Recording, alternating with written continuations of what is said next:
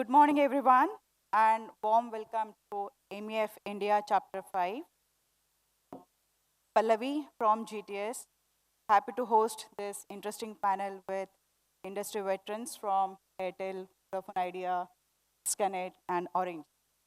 Uh, Quickly, we will start with this. Quick round of Start. Good morning, everyone. My name is Shikha. I represent Airtel panel. I am from the global business and the roaming business. Good morning, everyone. I'm Dwarkanath, Gopinath. I'm part of Vodafone Idea Business Services, and I take care of the messaging and VAS segment. Thank you so much. Good morning, everybody. My name's Mark Harvey. I'm the Chief Identity Officer now at XConnect. We were actually acquired last April. Before that, I was the founder of Secura ID. Thank you. Hello, everyone. I'm Himanshu Brijwasi, part of Orange Wholesale International, which is the wholesale wing of the Orange Group, and we're into data, voice, and signaling solutions. Thank you, Himanshu, Mark, Dwarka, and Shikha. So, connectivity is no longer a differentiated. It's expected, right? So, what really differentiates today is secure, seamless, and intelligent connectivity. So let's hear from all of us today, like all the panelists over here. And I would like to start with my first question to Himanshu from Orange. Orange is present in almost more than 24 countries. Right. Yeah, so for you, Himanshu, how Orange is serving enterprises, like MNOs, Orange has an MNO serving enterprises, a communication enhanced customer experience. Like, what are the takeaways from you, let's say, for 24 markets that you are serving? Thanks for the question, Pallavi. If you allow me, before I get into the answer of it, I'd like to add just some context. So yesterday I was a part of a panel discussion where one of the buzz being thrown around was network API. And I was listening to it from a telco or a MNO mindset. And in telcos, we have this habit of taking network layers for granted. We feel that this is sacrosanct to us and nobody else should be touching this layer. But I was listening to Kocher Saab earlier this morning, and what I really liked was he mentioned that don't worry about layer 1, layer 2. Think only about layer 7, which is the application layer. Ambika spoke as well a bit about from pipes to platform. So then last night, I was a part of an RFP where Orange is choosing a platform for its routing and billing.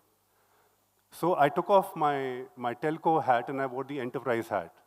And that's, when I realized how demanding and how understanding a provider has to be to what the actual requirements are of an enterprise. The kind of features we asked for, if I was a telco, making a presentation, I would, feel very differently. So, it made me understand how important it is for service providers, especially the MNOs and the telcos, to understand what exactly the enterprise wants. So now coming to the security part of things, back in the day, the telcos used to only worry about providing the transport layers, but with the advent of hybrid way of working, multi-cloud architecture, and even the proliferation of IoT devices, security is just not about periphery security. We have to think about cloud-based services.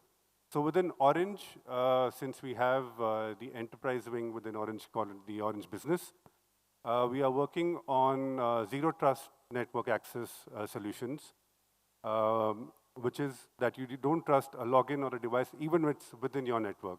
So we're building security solutions around ZTNA. Also, of course, we can have no discussion in 2026 without talking about AI. There's a lot of work which goes into AI-based security solutions as well within Orange, where we are looking to understand predictive and precautionary measures where we eliminate threats even before we reach the network, it reaches your network.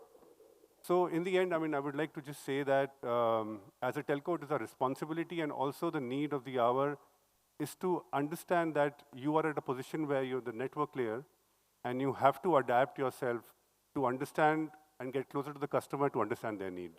Yeah, so you nicely touched upon how fraud control can be taken care to take care of the enterprise needs, right? So maybe Mark, because you are also working on this area, like how can be preemptive fraud control will protect enterprise from the seamless communication? I'm going to come to that question, but beforehand, I just want to jump on something you said about understanding really what the enterprises want. And it was very nice to be called a veteran, by the way. I don't know if that's the color of my hair or what, but I've been doing this for a long, long time. And I think what's great about the industry today, we're finally coming together and talking as one. Many, many years ago, over a decade ago, when I created Secura and we started to play with what was then APIs, people, not even the operators, were communicating, right? So that was creating big, big gaps in the market from a security perspective because all of the APIs were very different. And that was then opening up even more fraud gaps within the market as well. So I think going forward, it is critical that we continue to collaborate, continue to be one. And it would be great next time to have even more enterprises here with us. Only last month, XConnect held an event in Dallas with the operators, and we had all of the operators together in the room, but also many, many vendors, banks, enterprises, etc. And if you think about it, it's not us that we're trying to protect, it's the consumer, right? So as much as we are all consumers ourselves, we mustn't forget that actually it's the consumer that we've always got to be thinking about. Yeah, so honestly, this is an ecosystem how we can co-create, like MNOs and the enterprises. So anything from Dwarka, because you're hearing both the hats, I believe, so enterprise and MNOs both sides. So what do you think about it? Thank you so much.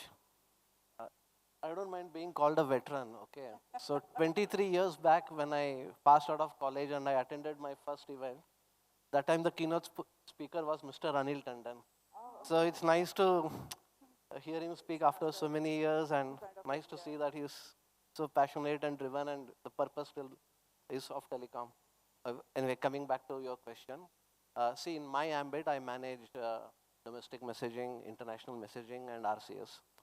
Now, if I were to talk of security, for domestic messaging, we have a robust DLT system. Now, it is very effective if the enterprises also take full control of the security in terms control about the way they register the content, the headers.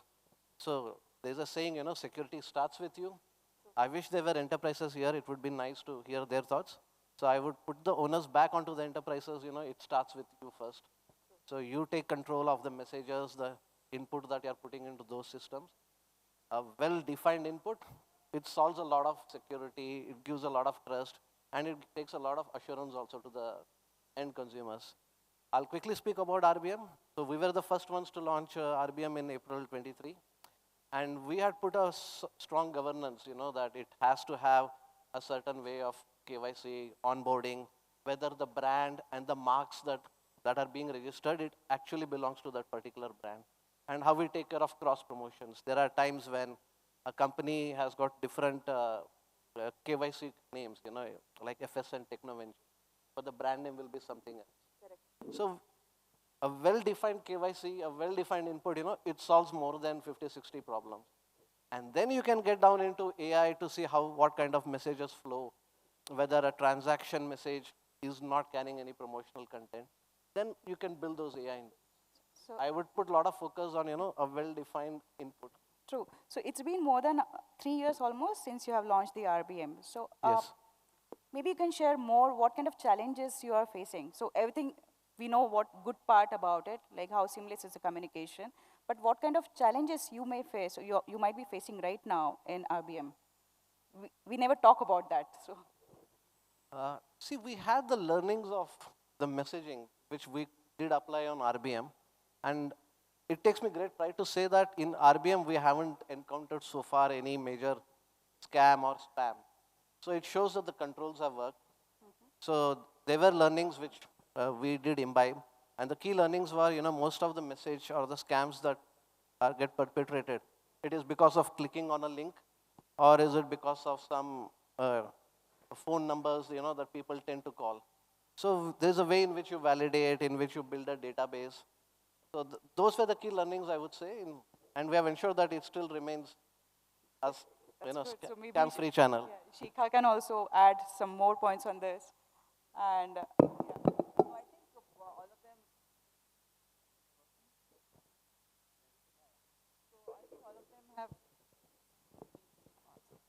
It's working now? Yeah. So I think couple of points have been very well covered in terms of, what should the telco do here.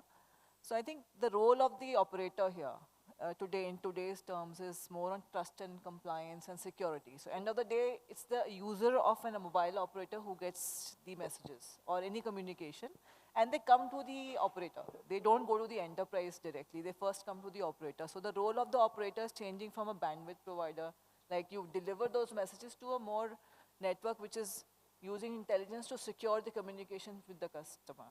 I think Dwarka put it very well, and even in RBM, he is saying that we have followed the same principles we use for DLT. The data should be right.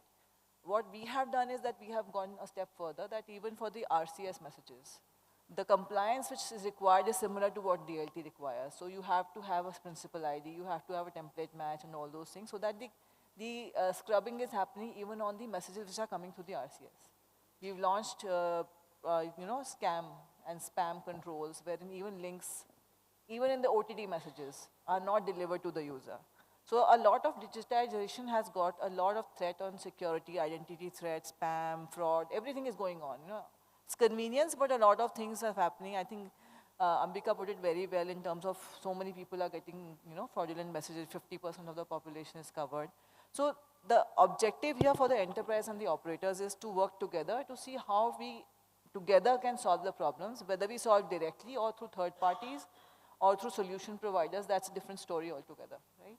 But it's important. true. So what kind of transformations you see in enterprise communication, which MNOs are helping to have better customer experiences?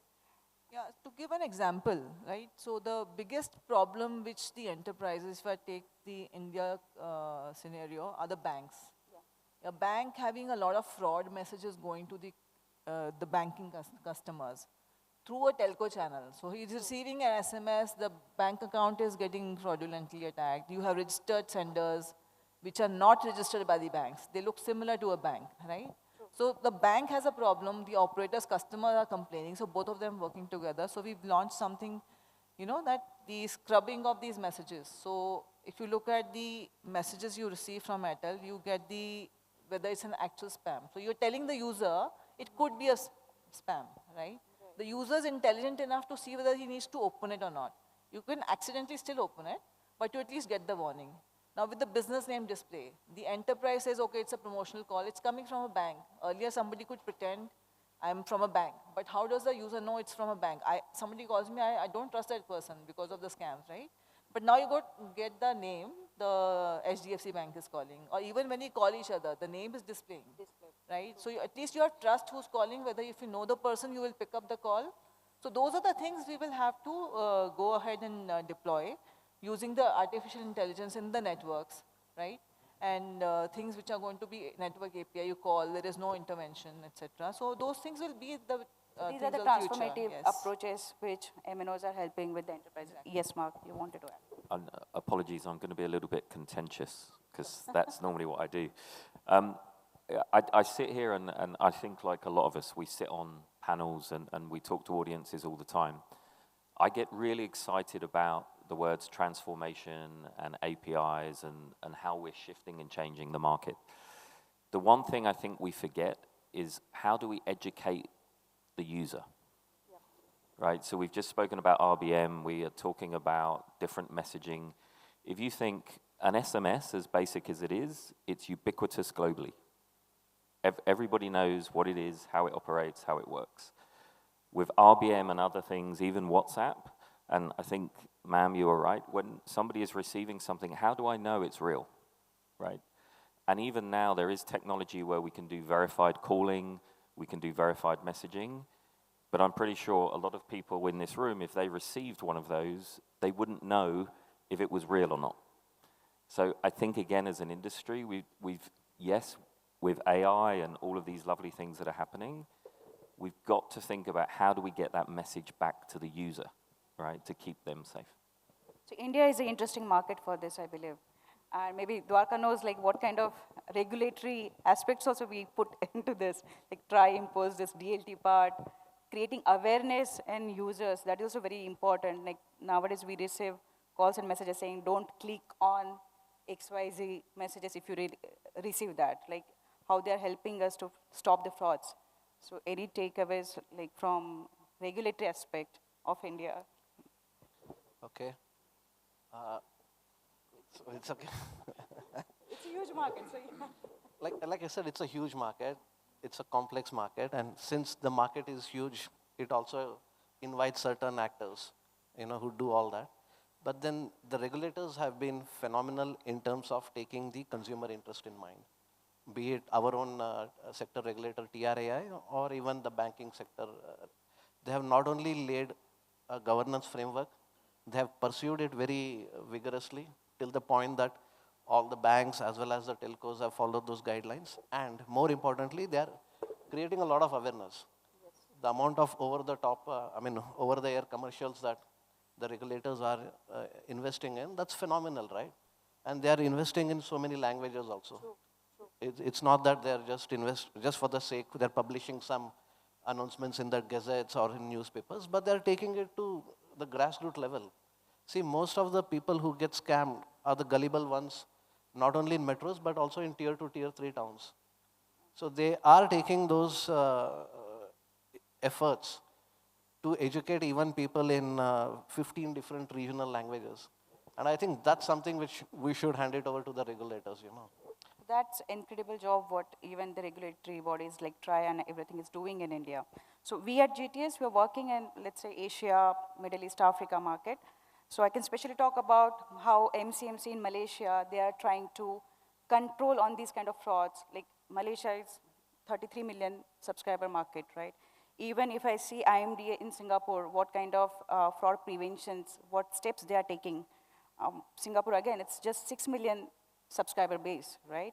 But for India, it's almost 1 billion. I think these countries should follow the suit, like what you guys are following in this country. So I think that's amazing.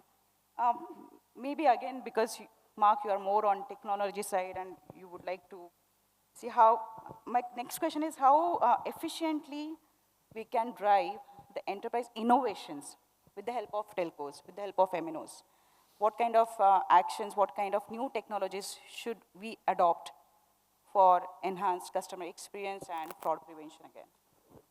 So I think, and I'm surrounded by MNOs, right? So I've got to be really careful. The first thing, and it's starting to happen, is agility. Okay, I think it's very fair to say that mobile operators have a past of not moving very quickly, but with the Kamara initiative and Open Gateway initiative, that's changing. Okay, and operators are coming together a lot quicker, again, with the ecosystem. One of the other things I think we've got to consider when we're collaborating is the IP ownership. Okay, so who actually owns and is responsible for the solution? So it's one thing sitting together and having a discussion, but end to end, who's actually going to own and run things going forward? I think with the age, and really coming to your question, but with the age of AI, it's very, very difficult to predict what we should be doing next, because the world used to move in 12, 18-month cycles. It's now almost daily. And that's something that it scares me, and I'm pretty sure it scares a lot of people, because when we're talking about fraud, the fraudsters have access to the tools that we do. So actually, we're still chasing them. We're never going to get in front of them. And that's really coming back to this agility piece. Don't be scared. It's okay to fail. And I think that's the other thing from a mobile operator perspective. they like to build the Rolls Royce, right? Not the go-kart. So I think as an industry, it's not about really what the solution is, because the solution today is not the solution for next week and the week after. But it's having that agility, listening to the customer, and delivering fast. Sure. So And I was listening to a very interesting story yesterday about how an enterprise went up to an MNO and said that when I go through an aggregator, my overall messages and delivery is much better than when I directly go to you. So of course the MNO knows what's happening, and like Mark said, it's the responsibility collectively of the enterprise, the end user, and the MNO to not just chase certain commercial targets, but to understand what exactly the problems their end users have. So, in the last few years, we've had this trend of a lot of aggregators. Some of them are doing a wonderful job, no doubt about it, GTS included. But to not fall into the trap of seeing commercials upfront and not thinking about the end users and what long-term problems that they can create. yeah, so we are more focusing on trust and customer experience, right? As you rightly said, don't focus on short-term commercial arrangements, but look at the long-term customer experience. Anything like Dwarka you may like to add, like what kind of strategies or the synergies between telcos and enterprise should implement for this? As we said, co-creation between enterprise and MNOs. Yeah, you mentioned about innovation when you started this, so I'll just touch upon that. Taking a cue from what Himanshu said, see, innovation starts from the enterprise. Okay, it's not that we have a solution and then we start trying to pitch it and scaling it. You identify the problem. This might sound very cliche, just bear with me, I'll complete what I'm trying to say. So when enterprises talk about innovation, they talk about a specific objective being met. In messaging, be it in whatever form and in whatever channel, in omni-channel, multimodal, it's all about conversions. Either they want to nudge the user to buy a product, or they want him to complete a transaction, or they just want him to inform him about the service that has already been delivered and take a response back. Now, all this has a certain objective, and if the brand marketeer does not meet his KPIs, then he starts losing interest, and there is a change. So one such innovation which in the messaging, be it RCS or any other channel, is how do you increase the click-to ratios? Now we have so much of data with us, right? We know that a certain message sent at a particular time will generate far more response. Like for banking sector, you can't send a message which shows a tone of urgency. We have seen that people just don't react. Even if you tell them that tomorrow is the last day for your credit card dues, a fine will be levied, they won't do. But if you send a very assuring tone, saying that please pay your dues, tomorrow is the last day, you might elicit a better response. So these are the small little things, that generate a much greater return of investment, and hence you will find that more brands start adopting various techniques here. So you mentioned that innovation starts from enterprises. Yeah. That's your take. But isn't it that even telco wants to become a techco rather than just telco? So in that case, maybe because you all are from MNOs, so I believe telco to techco is something every telecom operator Correct. is looking forward to. So It's the very words we innovation live by. starts from both sides. It's not only, sorry to say that, please. Please, Mark, yeah. So this one working? Yeah. So I love that phrase, right? Telco to techno. But I think, again, from the MNO community, what you've got to understand is when the bank says, hey, look, we need a solution, and solution is X. In a market, and I think we've covered it a little bit today, but there's always more than one mobile operator in a market. So for us to be able to deliver the solution, we need alignment, right? And that's something as an industry we still struggle, because I think the mobile operators, you're still very competitive, even when it comes to delivering solutions into the market. It's getting better, but enterprises will not adopt if only 20% or 30% of a market is ready with a solution. So a big ask, and I've been doing this for a long time, asking, please come together, collaborate, and your co-opetition, right? That's something you've got to start looking at. Yeah, rightly said, Shikha, maybe you would like to add. No, I agree with what Mark is saying in terms of the collaboration piece. But you know what happens is the problem statement always comes from the enterprise. Because as telco, we would not know what is a problem statement. But the good part is you have multiple enterprises coming to you. So a problem one for, for an enterprise could be a similar problem for another enterprise. So when you hear them all together, you know what is the problem statement for the wider audience. So for that, there would be MNOs, I'm just talking in general, that there would be MNOs who could have the capability of building a solution on their own.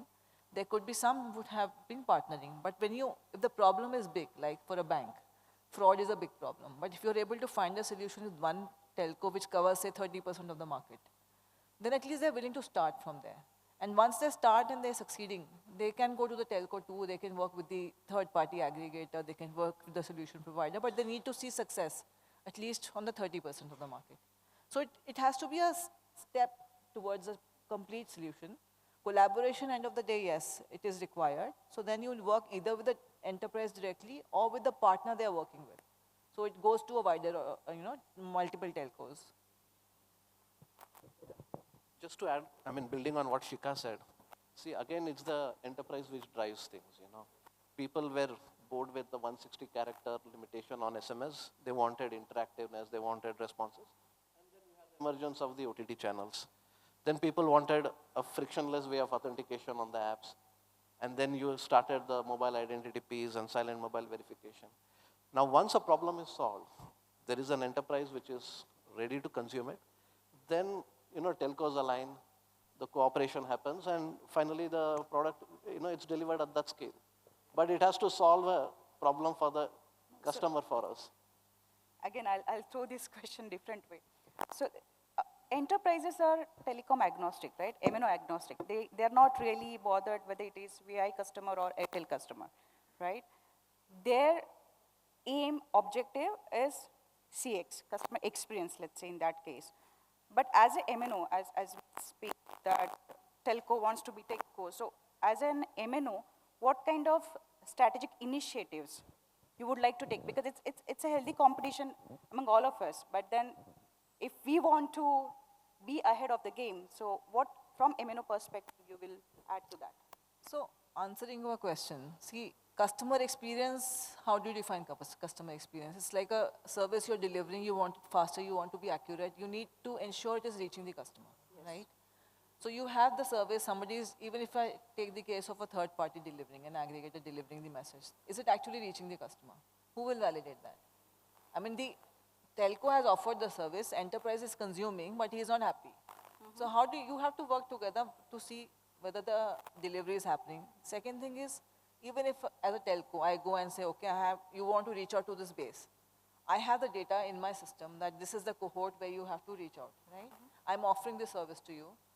But then, are you willing to pay the price? The question is, telco can develop, but is the enterprise willing to pay? I'll take a simple example. Everybody is talking about network APIs, yes, right? Globally. When people we talk to, they all want network APIs. We are saying, okay, we are ready. What is the price? We want to charge a premium because it is a premium service. You are not using a third party. You're getting actual delivery to the user. User is not actually entering anything. It's a premium experience. But they don't want to pay extra, right? So it's question of monetization. We are putting in resources, we are giving the product, but they're not willing to pay. So they will fall back to the old system, and then they say, you know, it's not reaching. So telcos can do it if they have the capability. Not all may not have, some of them have, but ultimately the enterprise has to take a step to invest in that. So they have to try it, they have to pay the right price for it. They cannot compare it with something which is not working. I'll just take the example of Nayan was sharing the other day. She's been going to she has a problem of receiving SMS from a government authority. Now, she is complaining to me. Now, as a telco, I cannot guarantee her service because the provider the government is using is not, and she's tried multiple times, she's complained. There is no way I can help her. Right? Even if I want to, because they are paying a price which is lower than the market, that is the way the bids work. But end of the day, the user is not getting the OTP, right? So I was coming to this point only, like how these innovations, like we are talking about network API, telco API, which is enhanced customer experience again, but how revenue model will work, which enterprise is also happy to pay and telcos also happy to serve those kind of Yeah, telco so APIs and use revenue, cases. so revenue model, see, it's not that it's a new service. So nobody is actually using it that much. It has to be tried and tested, right? So the way it could work is like you charge a slight premium and you explain what are the benefits of using it. Enterprises do understand and they know the nuances of the industry. Plus there are multiple more use cases. Like for a bank, a SIM swap is a use case, which was never there earlier. There is a KYC use case, there's a location use case. There are multiple use cases which can be developed, which were not there earlier.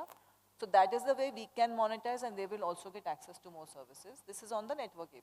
So similarly, there would be more services. As Mark mentioned, the AI is evolving everything very fast. So we cannot say what is working today will not work tomorrow. What is the longevity of that? And fraud will get eradicated or not in network APIs. We are saying it is a secure solution, but someone might just find something. So it's all something which is to be seen.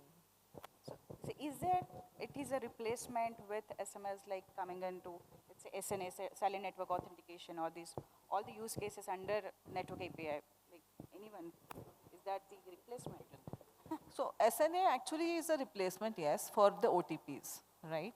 So in messaging, there are multiple OTPs and multiple kinds of messages. So transaction messages, yeah, it could go as an in-app notification. So technology is evolving. Who said we could talk on WhatsApp? Yeah. But voice still stays, right? Yeah. So it's like you have to coexist. True. Yes, Dwarka, please. Yeah, SNA to some extent I would agree with Shikha that it's a replacement of OTP, but it throws a lot of opportunities to grow also. Like now you can use silent network authentication for many multiple transactions. For example, any bank, based on their intelligence, they can also check whether a person is doing a transaction more than his average transactions. It's an additional checkpoint. So this is what will drive use cases for silent network. It should not be a like-to-like substitution for SMS because SNA comes with its own limitations. It's a new product. It's an emerging product. Is still, It will take its own time. yeah. Okay. SMS, OTP, everybody knows it's ubiquitous. Vanilla. It 100% works. True. Yeah. Yeah, Mark. So I think from an enterprise perspective, they don't care about the how, right? So they don't care that it's an API that sits behind it, and there might be silent auth, there might be an SMS, there might be a WhatsApp. All they want to know is that their consumer is authenticated. And I think, again, as an industry, we send too many conflicting messages. Even silent auth is SMV. As an industry, we call it so many different things, and it confuses people. So I think all of the work behind the scenes, it's very, very complex. And I think we need to stop taking that complexity out to the enterprise. They want simple solutions that work. And as consumers, we want it to be simple. And that's why I think for years and years, SMS OTPs have worked. They're simple to use, they're simple to understand. Unfortunately, there's issues from a security perspective. But the message to the market should be, we can, as an industry, authenticate your user. How we do it, it doesn't matter. It's secure, it's seamless, it's easy. But that will definitely reduce your SMS also, the traditional SMS. Potentially. There's, we work with some phenomenal companies here in India, and we work with some phenomenal brands, and the message to the market is we authenticate. So depending on where the user is, if they're on Wi-Fi or not on Wi-Fi, out of band, etc., we determine which is the best way to authenticate that user in the most secure way. And that's what the enterprises need. So is this adoption is already done by Orange, like on this SNA part? Yeah, I mean, see, it also depends on the cost of delivery in the particular region. So Orange, as you know, is present in Europe and also in Africa, where, of course, the data charges are very different from where they are compared to the West or even India or China, for example. So SMS still remains the number one way to for authentication, for OTPs and all those things. So it depends on the market to market, and Orange, of course, is working to finding alternatives depending on the market. Good, good. So collectively, we like more from MNO perspective.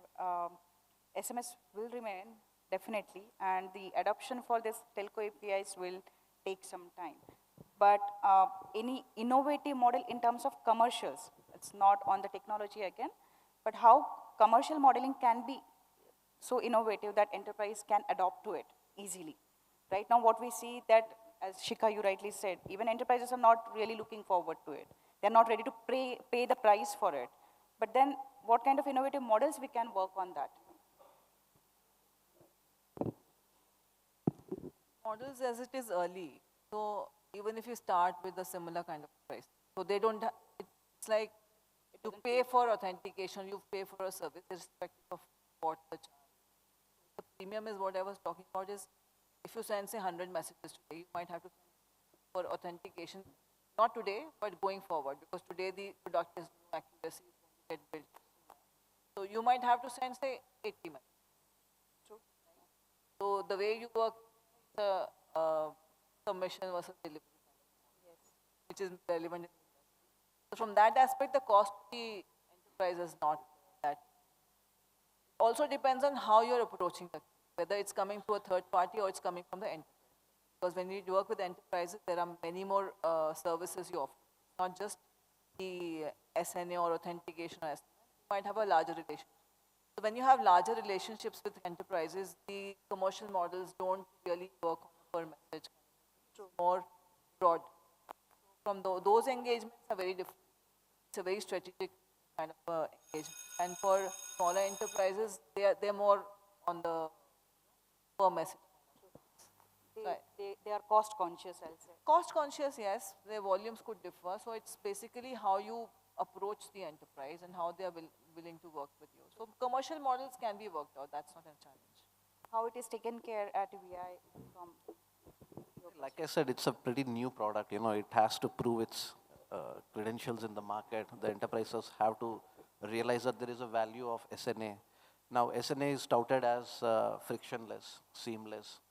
Whereas in OTPs, you get an OTP, you manually insert and you complete the transaction. If it is seamless, then your conversion will also go up. Whatever desired action you wanted from the user, it's automatically happening in the back end. Then the enterprises, if they feel, you know, the conversions are happening, they are getting the required ROI, then it becomes easy to structure a model, command a premium, and then depending on how it scales, the typical supply demand competition comes into picture. So I wouldn't put any model at this stage per se, but yeah, to begin with, it's all again submission, successful query, unsuccessful query, and all that. We also have to evolve with time. Yeah. So yeah, any inputs? We could talk about this for hours. I think one of the challenges that we have, and I totally appreciate that the mobile operators have very, very expensive systems and platforms, and any little change costs a lot of money. But it goes back to what I was saying at the beginning about this agility. When I look at commercials, and I'll use a bank, I won't mention any names, but if the bank has a problem with fraud and they're losing 100 rupees, they don't want to pay 100 rupees to fix the 100 rupee problem, right? That's not what happens in the real world. And I think, again, as an industry, we need to have more open conversations about commercials. I know it's very difficult from a regulatory standpoint, even if it's one-on-one with the operators and the enterprises, but to really understand what is the size of the problem and commercially how would it work for everybody. And sometimes it's okay to say, we can't help you. You know, it's basically a chicken egg story, I guess. It is. You know, I'm very fortunate. We work with a lot of mobile operators around the world, and it's a common problem. And that's actually what's also stopping things happening. As I say, I think we've got very, very clever people that, you know, can sit in a room and come up with solutions. As soon as we get to that commercial piece, and you know, it's not just here in India, but it's globally with the silent mobile authentication. And I've just heard this young man say it. We can charge a premium, right? Okay, so at the moment, you've got a product called SMS OTP that's not right for a consumer, right? Let's be honest. It shouldn't be used because it can be attacked. Now, as an operator, you've got options. You can either say, we've got something that is even better, but we're going to charge the same for it. Because trying to move an enterprise from 2, 3, 4, whatever it is, right, rupees per message, to 5, 6, 7, 8, that's a massive step change commercially. And then what happens, they start to look at other alternate solutions outside of our ecosystem. And then we all lose the revenue.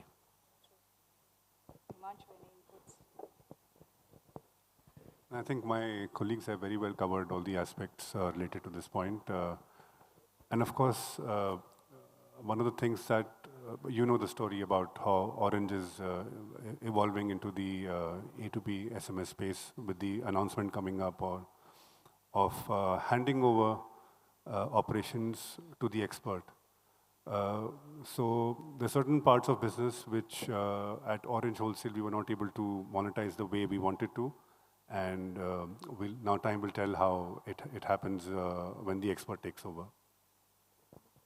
So we all agree that it's a ecosystem with MNOs and enterprises, and again, it's a chicken egg story. Who comes first? What are the problem statements, and how MNOs can help to solve that, right? So maybe I think we are at the end of the session, but Shikha, the closing statement. What do you think? How we co-create this system? So co-creation, yeah, definitely. MNO's role, I think, with the enterprise is important as a part of the digital layer, right? So trust and security is the main aspect. I think that cannot be compromised. So keeping that in mind, I think the operators have already moved from the pure sale of minutes and all those things to getting into this space, and that journey has to continue. True. Closing statement from you. Yeah, I will still harp upon the fact that it starts with enterprises. If there is a genuine need which solves the end consumer's problem, and the enterprise is also aligned on it, the telcos will align the relevant technologies, cooperate with each other, and scale it. More reactive way, or? No, it's not reactive. If you are speaking to the enterprise, see, these were not reactive solutions, right? Neither SMV nor RCS, they were not reactive. We understood that enterprises wanted more than just 160 characters. And then you went on looking for, interactive media, where they could send a carousel of images. So it all came from the fact that, let's do something more. You will have to listen to the signals that the enterprise is communicating to you. You have to listen to the signals which the consumer is communicating to you. And then the technology comes in. You just can't devise something out of labs and then you say, okay, now I've got a product which I want to scale up. That does not happen. I'll just close it. Has to go hand in hand. Yeah, there is a dialogue in Dhurandhar, it says that, the terrorists have to get it right only once, whereas the intelligence agencies have to get it right every time. Okay. So same thing here, the telcos have to scan so many things, have to develop just to prevent one message. So for me, I think it's restoring trust, basically. I think something similar to what you were saying, ma'am. I think consumers have lost trust in us a little bit. Again, back to the agility. So I think if we can continue to collaborate as an industry, and as I say, we've come forward so much in that, it's really exciting to see. Stay agile, stay friends, and communicate. I'd like to close the way I started, is layer 7. Just focus on what the consumer wants and collaborate with all actors in the industry. Good. So most important aspect is like the consumer, the end subscriber, like they are the one, right? So what I heard from all of you, it's more on restoring the trust, and secured communication is something utmost priority. And for that, I think MNOs and enterprise should come together, work together on this for the better CX, better customer experience. Thank you, everyone. Thanks for the insights, and I believe we could give some good information to the audience also. Thank you for your time. Yeah, thanks.